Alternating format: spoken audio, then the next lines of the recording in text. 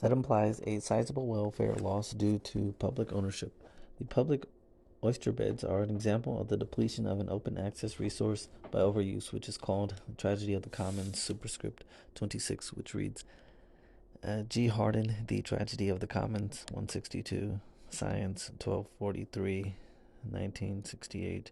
Returning to the text, open access to a congested natural resource has a remorseless logic with a terrible ending, like a Greek tragedy. There were two clear correctives to the problem: turn ownership of the resource over to an individual who would then have the appropriate incentive to invest in its preservation or use, and to exclude others from using it, or devise an enforceable and effective method of restricting access to the common resource. Superscript 27, which reads, see Elinor Ostrom, Governing the Commons, The Evolution of Institutions for Action, 1990. Returning to the text. We have discussed the easy case in which private ownership can separate utility and production functions, and in which externalities are private. A more difficult case for choosing between public and private ownership arises when production and utility functions of many owners are interdependent and externalities are public. To address this problem through private ownership, the affected parties must bargain with each other, and the transaction costs are prohibitive. Public ownership is a possible solution.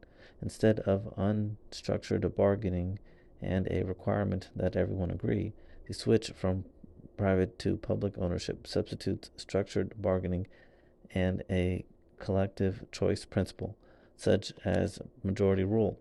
To illustrate, consider pasture land in the mountains of Iceland, superscript 30, which reads, see the discussion of common mountain pastures in Iceland in Thorane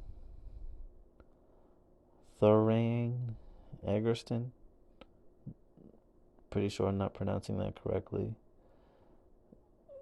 Thorane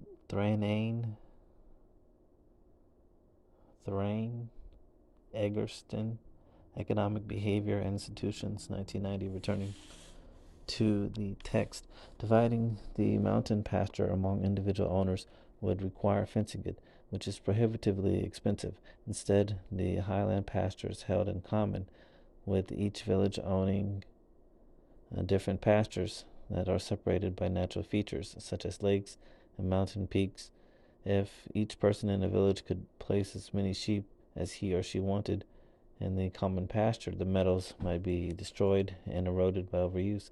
In fact, the common pastures in the mountains of Iceland have not been overused and destroyed because the villages have effective systems of governance. They have adopted rules to protect and preserve the common pasture. The sheep are grazed in common pasture in the mountains during the summer and then returned to individual farms in the valleys during the winter.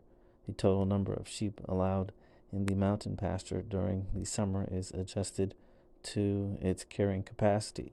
Each member of the village receives a share of the total proportion to the amount of farmland where he or she raises hay to feed the sheep in the winter. Superscript 31, which reads, Professor Elinor Ostrom won the 2009